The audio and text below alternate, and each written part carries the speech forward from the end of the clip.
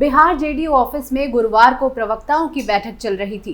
तभी मुख्यमंत्री नीतीश कुमार अचानक वहां पहुंच गए। मुख्यमंत्री के साथ केंद्रीय मंत्री ललन सिंह समेत बाकी नेता भी थे। बिना सूचना के उन्हें वहां देखकर पार्टी प्रवक्ता हड़बड़ा गए। उन्हें ये समझ नहीं आ रहा था कि वो अपने मुख्यमंत्री का स्वागत कैसे करें। हालांकि नीतीश कुमार ने तुरंत ही अपने स्वभाव के अनुरूप सभी नेताओं को कंफर्ट फील कराया। नमस्कार, मैं हूं वर्षा सिकरी। कैपिटल टीवी पर आपका स्वागत है। बिहार के मुख्यमंत्री नीतीश कुमार अक्सर अपने बड़े फैसलों और खास अंदाज के लिए जाने जाते हैं। वैसे तो सीएम नीतीश कुमार पार्टी के कार्यकर्ताओं, नेताओं और प्रवक्ताओं के साथ बैठक कर उन्हें कई महत्वपूर्ण निर्देश देते रहते हैं, लेकिन गुरुवार को जेडीयू ऑफिस में जो तस्वीर दिखी, थोड़ी देर के लिए उससे सभी लोग हैरान रह गए। सूत्रों के मुताबिक जेडीयू प्रवक्ता पार्टी के कुछ वरिष्ठ सदस्यों के साथ आगामी चुनावों और पार्टी की रणनीति पर चर्चा कर रहे थे। बैठक बंद कमरे में चल रही थी और इसमें केवल कुछ ही लोगों को शामिल किया गया था। तभी मुख्यमंत्री नीतीश कुमार अचानक वहां पहुंचे, जिससे सभी उपस्थित लोग हैरान रह गए। मुख्यमंत्री को देखकर कमरे में मौजूद लोगों के चेहरे पर आश्चर्य और उत्सुकता साफ झलक रही थी। जेडीयू प्रवक्ता ने तुरंत मुख्यमंत्री का स्वागत किया और उन्हें बैठक के एजेंडे के बारे में जानकारी दी। नीतीश कुमार ने कुछ देर तक चर्चा में भाग लिया और फिर वहां से चले गए। कुछ देर बाद राज्यसभा सांसद उपेंद्र कुशवाहा ने सोशल मीडिया पर एक तस्वीर शेयर की, जिसमें उनके साथ मुख्यमंत्री नीतीश कुमार भी थे। तस्वीर को शेयर करते हुए उपेंद्र कुशवाहा ने लिखा, मुख्यमंत्री आवास में शिष्टाचार मुलाकात। इस तस्वीर में नीतीश कुमार की नजरें उपेंद्र कुशवाहा की ओर है। वो मुस्कुराते हुए उपेंद्र कुशवाहा को देख रहे हैं। वहीं उपेंद्र कुशवाहा मुस्कुराते हुए कैमरे की तरफ देख रहे हैं। दरअसल बिहार विधानसभा चुनाव से पहले इस मुलाकात को काफी अहम माना जा रहा है। दरअसल बिहार विधानसभा चुनाव को लेकर एनडीए के अंदर सीट शेयरिंग से लेकर कई मुद्दों पर चर्चा होनी है। ऐसे में मुलाकात को लेकर कई कयास लगाए जा रहे हैं। बिहार के सीएम नीतीश कुमार का पूरा फोकस विधानसभा चुनाव 2025 पर है। नीतीश कुमार एक के बाद एक लगातार जेडीयू नेताओं के साथ बैठक कर रहे हैं।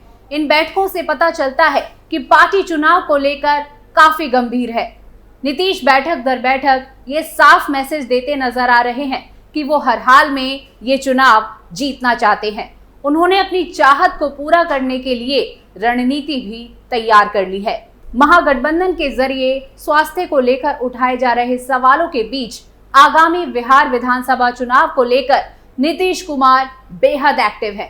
3 दिनों तक उन्होंने मैराथन बैठक की है। सोमवार को उन्होंने जेडीयू नेताओं के साथ सीएम आवास में बैठक की। मंगलवार को बीजेपी के प्रमुख नेताओं को बुलाया और फिर बुधवार को बिहार एनडीए में शामिल दल के प्रमुख नेताओं के साथ चुनाव को लेकर मुख्यमंत्री आवास में बैठक की। हाल ही में मुख्यमंत्री नीतीश कुमार ने एक अणे मार्ग स्थित सरकारी आवास पर जेडीयू की बैठक बुलाई। नीतीश कुमार ने इस बैठक में संगठन को पुनर्गठित कर और भी मजबूत करने का निर्देश दिया। नीतीश ने चुनावी मुद्दों पर चर्चा की। बैठक में विकास और सुशासन को प्रमुख मुद्दा बनाने पर भी मुहर लगी। बात इस बात पर भी हुई कि जनहित में जो भी कार्य किए गए हैं उसे जनता तक ले जाने के लिए कार्यक्रम बनाएं। जिला, प्रखंड और पंचायत तक सरकार के अच्छे कार्यों को बताएं। मुख्यमंत्री नीतीश कुमार केवल अपने विधायकों, मंत्रियों और पदाधिकारियों तक ही सीमित नहीं रहे। उन्होंने बीजेपी के मंत्रियों, विधायकों के साथ भी महत्वपूर्ण बैठक की। ये बैठक करीब 1.25 घंटे तक चली, जिसमें चुनावी तैयारियों और राज्य के विकास कार्यों को लेकर गहन चर्चा हुई। नीतीश ने एनडीए नेताओं को एकजुटता का संदेश देते हुए तालमेल रखकर काम करने की नसीहत दी है।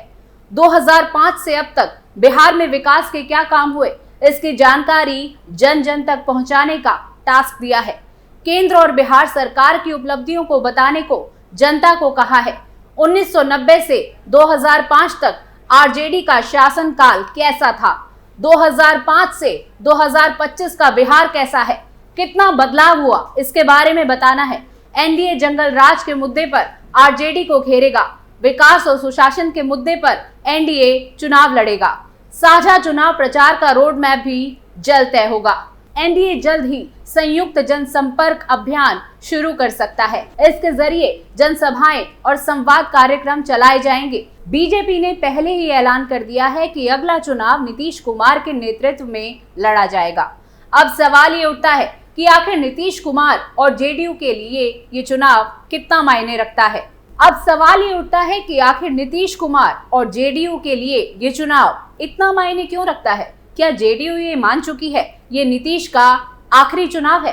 क्या इसीलिए वो 2025 के बिहार विधानसभा चुनाव को नीतीश कुमार के लिए यादगार बनाना चाहती है? दरअसल बिहार चुनाव के लिए जेडीयू का नारा ही है 2025 फिर से नीतीश। मुख्यमंत्री नीतीश कुमार ने स्वयं एनडीए की बैठक में 225 सीटें जीतने का लक्ष्य रखा है और 2025 के चुनाव में जेडीयू सबसे बड़ी पार्टी के तौर पर उभर कर आना चाहती है। दरअसल कहीं ना कहीं नीतीश कुमार ने भी ये मान लिया है कि ये उनका आखिरी चुनाव है और वो खुद भी अपने इस अंतिम चुनाव को यादगार बनाना चाहते हैं। इसके लिए वो बैठक पर बैठक तो कर ही रहे हैं, साथ ही नई योजनाओं का शिलान्यास और पुरानी योजनाओं का उद्घाटन भी कर रहे हैं। मगर इस राह में बाधाएं भी कम नहीं है। इस बार सीटों का बंटवारा 5 दलों के बीच होना है। ऐसे में जेडीयू को अधिक से अधिक 100 सीट मिल सकती है।